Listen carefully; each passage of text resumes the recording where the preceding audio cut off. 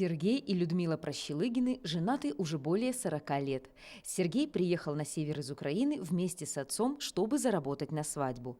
Тут и познакомился со своей будущей женой Людмилой, у которой цель приезда была еще более конкретная. Ну, я приехала из Сибири, с Иркутской области. Моя цель была выйти замуж. Сережа приехал на свадьбу себе зарабатывать. А моя цель поездки была выйти замуж. Я с деревни приехала. В деревне у нас трактористы и шофера, да, шофера. И о чем с ними можно разговаривать? Только о скотине деревенской, о баранке, о тракторе. Думаю, ну что, какой-то беспредел, ну не нравится мне вот эта профессия, и общение не нравится мне с деревенскими парнями. Приехала сюда, от чего уехала, к тому и приехала, и замуж вышла за водителя. Видимо, от судьбы не уйдешь. Первое, на что Людмила обратила внимание, это уважительное отношение парня к своим родителям. Это и стало основой их отношений. И она не ошиблась. Что бы ни случилось, разлучить супругов не смогли никакие обстоятельства. Ну, конечно, всякое бывало. Вот мы недавно только восстановили свидетельство о браке. Потому что восстановим, порвем. И штук 5, однако, за 44 года мы рвали, перервали. Приехав однажды в тогда еще будущий город Нерюнгри, Прощелыгины нашли друг друга и состоялись в профессии. Сергей работал водителем, а Людмила нашла себя в торговле. Они считают, что во всем в жизни нужно найти свое призвание. Даже однажды мне сын средний сказал: мама, продавцом может работать каждый. Я говорю: сыночка, нет, сына, говорю, это призвание должно быть. Вот от меня редко, когда уходили люди без улыбки.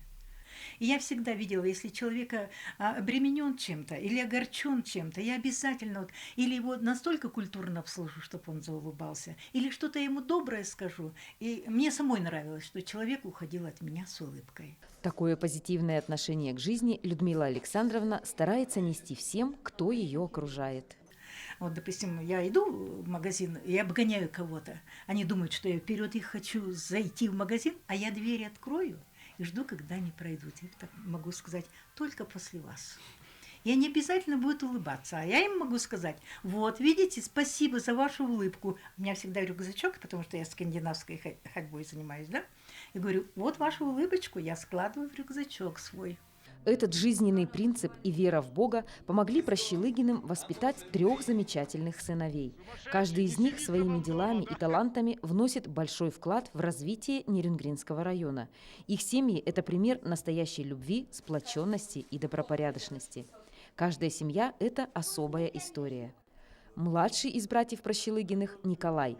По образованию он горный инженер. Сейчас работает водителем на предприятии «Транснефть Восток». Он известен нерюнгринцам своей общественной деятельностью. Я являюсь председателем Совета молодежи при главе муниципального образования город Нерюнгри. Также являюсь депутатом городского совета. Я еще являюсь директором некоммерческой организации «Точки роста».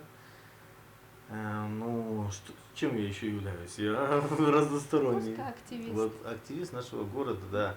Мне просто не безразлична судьба нашего города.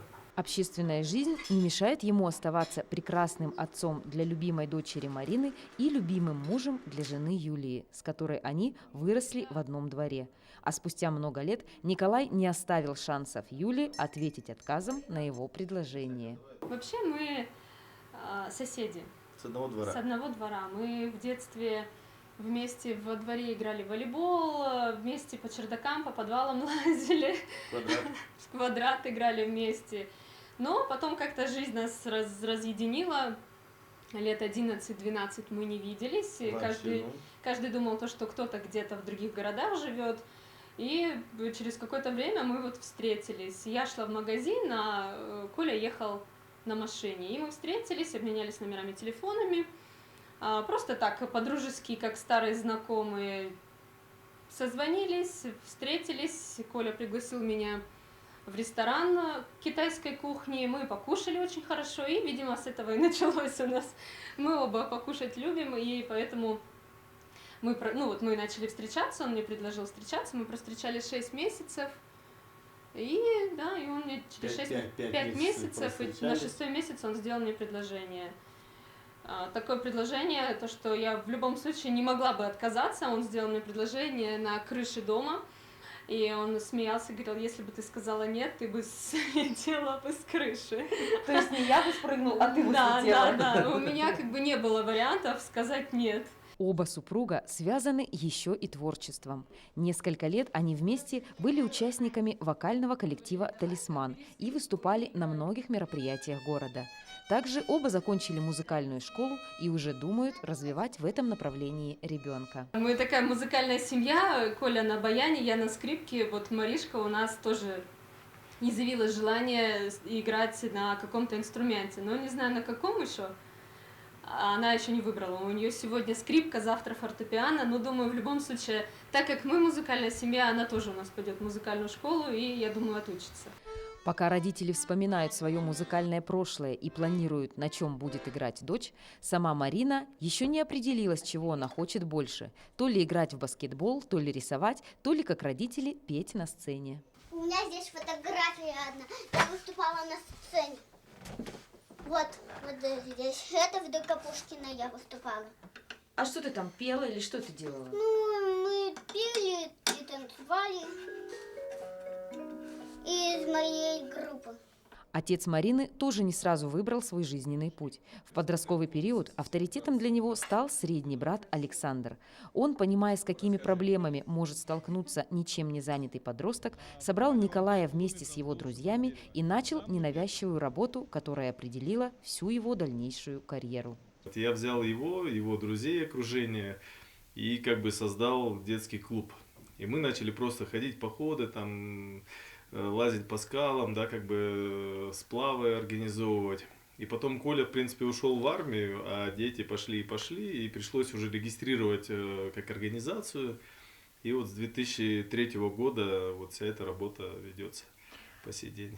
Вот уже более 15 лет Александр, получив образование социального работника, собирает трудных подростков, давая им возможность реализовывать себя в различных видах деятельности. Сама жизнь указывает направление, в котором необходимо двигаться дальше. У нас два направления вообще проекты в профессиональном. Да? Я как бы работаю в службе автоспасения. Это моя фирма, да, автоспасатель, техпомощь на дороге. В данный момент с подросткового вот у нас выросло такой проект, оно все настолько взаимосвязано.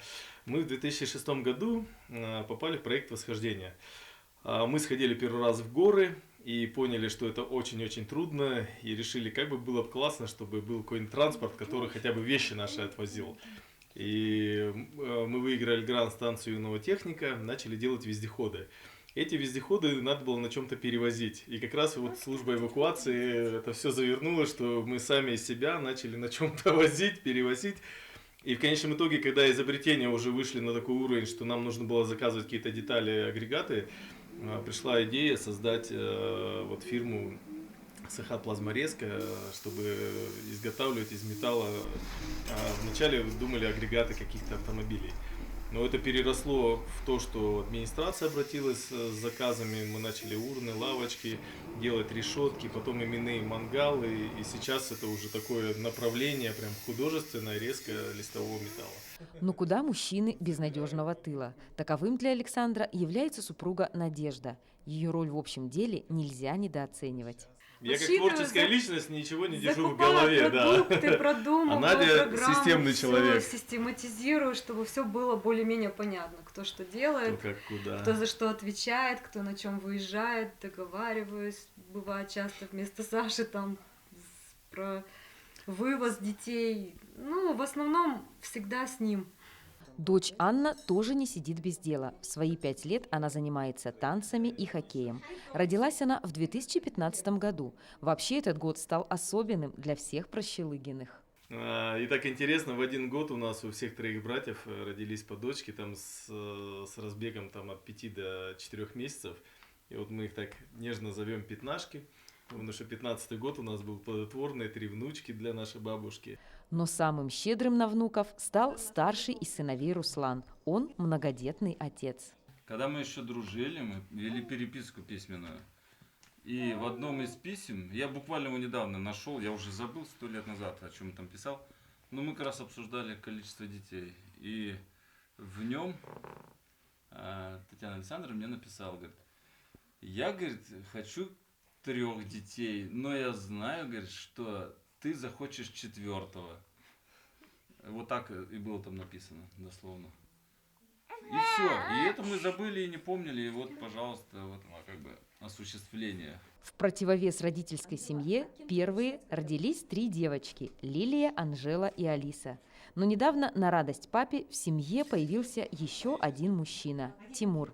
Жена Татьяна во всем мужа поддерживает. Даже предложение, которое он ей сделал в письменном виде, поскольку в тот момент молодые люди жили в разных городах, она приняла без лишних вопросов. Попала она в душу мне, красная девчина, и решила ей написать письмо. Написала я письмо, ну и подумал, что я буду долго тянуть резину, тем более, что нет возможности встречаться. Сразу во 2-м письме сделал ей предложение, на что получил сразу согласие.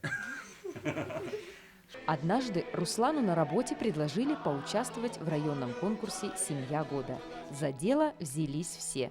Яркое выступление 3 семей просто не оставило шансов другим участникам на победу.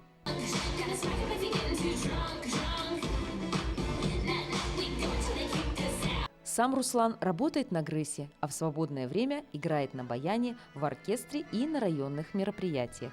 Да и дома с ним не соскучишься.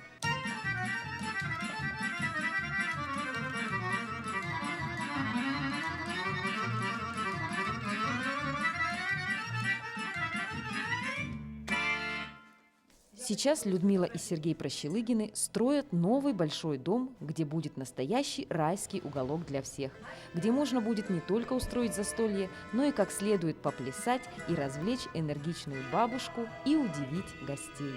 Мы когда собираемся большой компанией, всей семьей, у меня всегда условия такие. Правила такие, да?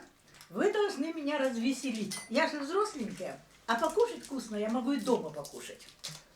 И вот они все стараются. То программа у нас хорошая и с играми, то баян. Баян обязательно у нас на все праздники. Вы слышали, как Руслан играет, да? Здесь не только петь хочется, но и плясать хочется. Я по натуре-то сибирячка плясунья. Ну, все прямо заряжаются, заражаются. А когда 3 поколения Прощелыгиных собирается на праздники, то тут все дружно затягивают любимые песни. Баян, гитара, знакомый репертуар, застольные развлечения – вот и весь секрет веселых, теплых семейных вечеров и настоящего человеческого счастья.